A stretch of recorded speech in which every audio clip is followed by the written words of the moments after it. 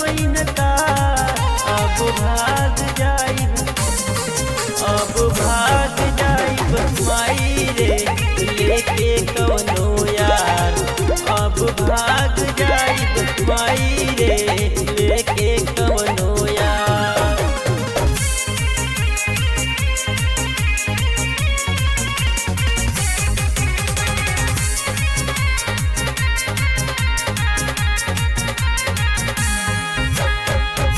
रहली नादान अब भैली सयान हो।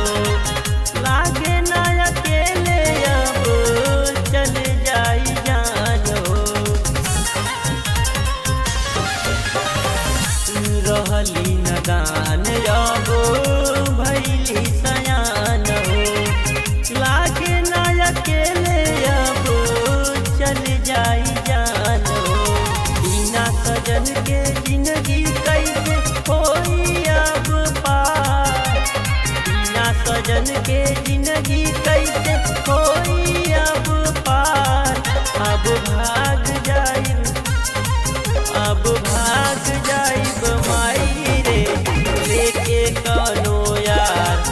अब भाग जाइब माई रे लेके कौनो यार।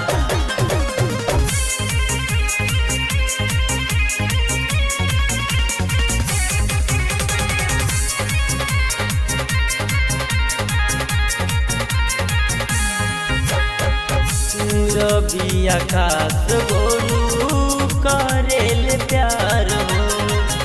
उनका बिना जिंदगी कैसे होई अब पार हो। रवि आकाश गोलू करेल प्यार हो। उनका बिना जिंदगी कैसे होई अब पार हो। चौकी खोजे बेलना